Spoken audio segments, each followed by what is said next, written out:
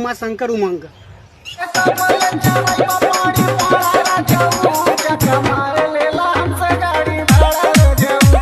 अरे भाई तो बात सही हो, ये विवादित आदमी है ये। केसारी भैया आप तो कह रहे थे हमने बहुत मेहनत किया है, बहुत दिन बाद 2 साल बाद मेरा ऐसा गाना आ रहा है, तो 2 साल बाद आपने बस यही पता करने में लगा दिया कि ये गाना गाया कौन था। मतलब वो गाना भी 2 साल पहले गाया गया है, आपने मतलब उसी समय सुन लिया था, अब सोचे 2 साल बाद गाएंगे होली पे। यार भाई हमको तो लगा सिर्फ अखिलेश कश्यप भड़वा है साला, लेकिन कृष्णा बेदर्जी जी आपका गाना तो हिट जा रहा है, लेकिन फिर क्या जरूरी किसी का चुराने का। इससे पहले तो कभी कृष्णा बेदर्जी गाना नहीं चुराया था। लग रहा है कि अब धीरे धीरे सबके ऊपर असर होने लगा है उनके टीम में। अरे भाई बुद्धि खुल लो हमार, पूछ न का क्या?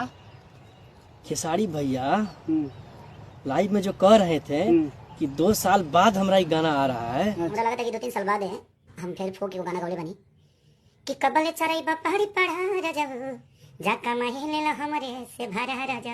अच्छा मतलब चोरी 2 साल पहले